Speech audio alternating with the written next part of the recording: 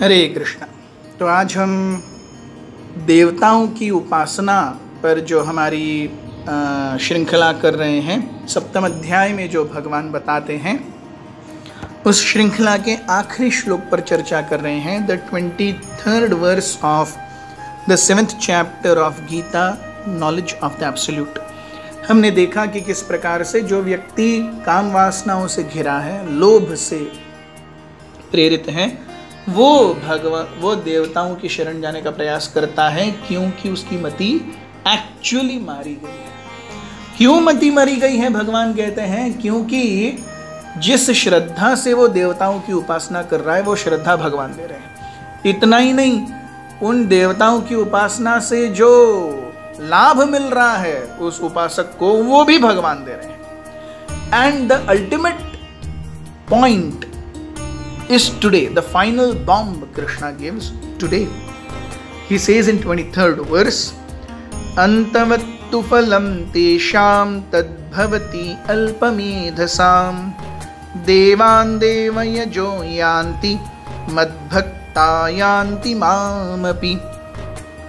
Men of small intelligence worship demigods, and their fruits are limited and temporary. Those who worship the demigods go to the planets of the demigods, but my devotees ultimately reach my supreme planet. तो हमने देखा कि भगवान कहते हैं कि अगर कोई देवताओं का उपासक है तो उनकी उपासना से जो फल मिलेंगे वो भी अंतवंत ही होंगे. They will not be permanent benefits. They will not be permanent beneficiaries of the rewards that they get from demigods. Why? Because demigods themselves are temporary. देवतागण स्वयं ही टेम्पररी हैं, अशाश्वत हैं. तो उनसे आने वाले जो वरदान हैं वो भला कैसे शाश्वत हो सकते हैं? हम देखते हैं कि हिरण्यकशिपु, रावण इत्यादि सभी ने जब देवताओं को प्रसन्न किया, हिरण्यकशिपु ने जब ब्रह्मा जी को प्रसन्न किया, रावण ने जब शिव जी को प्रसन्न किया, तो सबसे पहला वर क्या मांगा था? दोनों ने, मुझे अजरामर कर दो. दोनों ने कहा, अरे हम खुद ही अजरामर नहीं है, हम आपको कैसे अजरामर करें? We ourselves are not permanent. How can we make you permanent? We are demigods. फिर दोनों जगह पर लंबी लिस्ट आई, मुझे ऐसा नहीं मरना है, मुझे वैसा नहीं मरना है, मुझे ये नहीं करना, मुझे वो नहीं करना.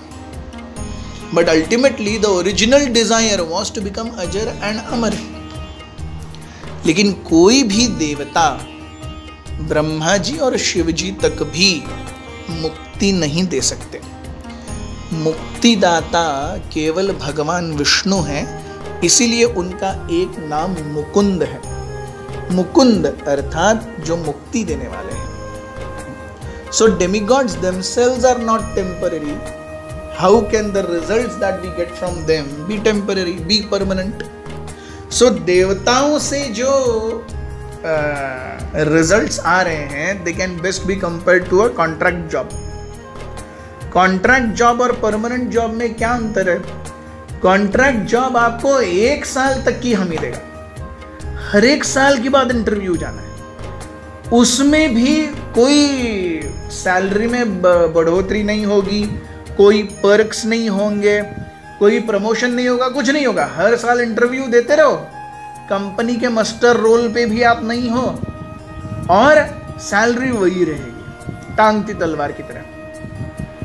लेकिन जो परमानेंट जॉब प्राप्त करता है, उसे एक बार जॉब करने के बाद he comes on the companies master role, he gets perks, he gets facilities, he gets promotion. वैसे ही देवताओं की और भगवान की उपासना में यही फर्क है. देवताओं की उपासना टेम्पररी जॉब की तरह है. क्यों? क्योंकि हमने देखा है उनसे आने वाला सब जो भी वरदान है वो एक्चुअली हमारे ही पुण्य को उन्होंने कन्वर्ट किया है. और जब तक पुण्य होंगे तब तक वो आशीर्वाद रहेंगे. जैसे ही पुण्य खत्म हो जाएंगे वो आशीर्वाद भी खत्म हो जाएंगे. अगर पुण्य से पहले हमारा शरीर खत्म हो गया तो शरीर के साथ भी सब खत्म हो जाएगा। हम देखते हैं अलेक्जेंडर द ग्रेट अब किधर है, पता नहीं किधर है। नेपोलियन बोनापार्ट अब किधर है, पता नहीं किधर है। महात्मा गांधी जी अब किधर है, पता नहीं किधर है। शिवाजी महाराज किधर है, पता नहीं किधर है। औरंगजेब किधर है, पता नहीं किधर है।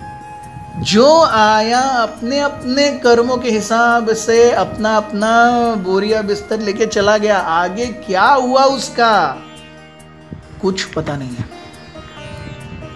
इसीलिए हम देखते हैं कबीरदास जी कहते हैं, माटी कहे कुम्हार से तू क्या रौंदे मोए, एक दिन ऐसा आएगा मैं रौंद दूंगी तोए।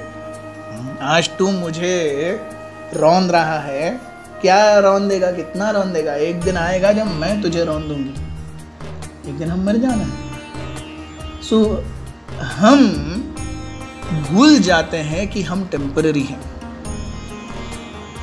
ये शरीर टेम्पररी है, इससे जुड़ी हुई सारी चीजें टेम्पररी हैं, और देवताओं से मिलने वाले वरदान भी टेम्पररी हैं। लेकिन भगवान इस शरीर से कोई सरोकार नहीं रखते।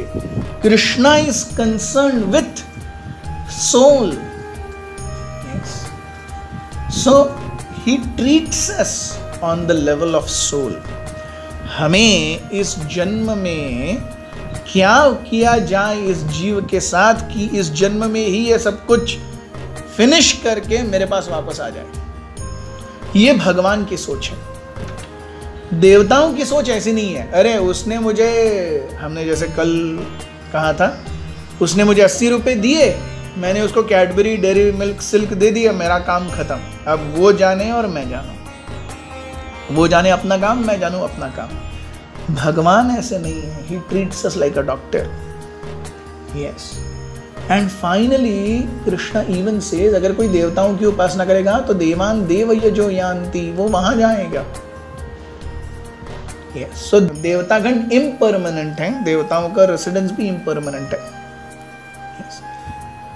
सो अगर कोई वहां जाएगा तो वो भी इम्परमानेंट ही होगा। Whereas Krishna is permanent. He is Akhila Rasamrita Murti, and he reciprocates with his devotees in the most beautiful ways. So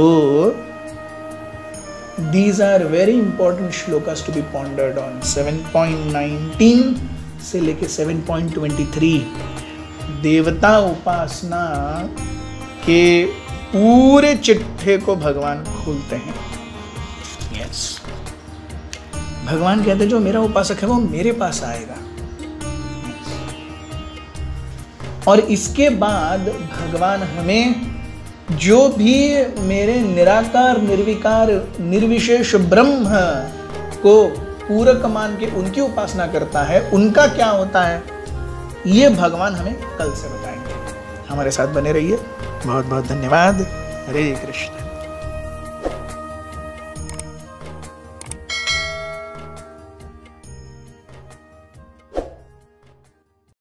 Hare Krishna, Krishna Krishna, Hare Hare, Hare Rama, Rama Rama, Hare Hare।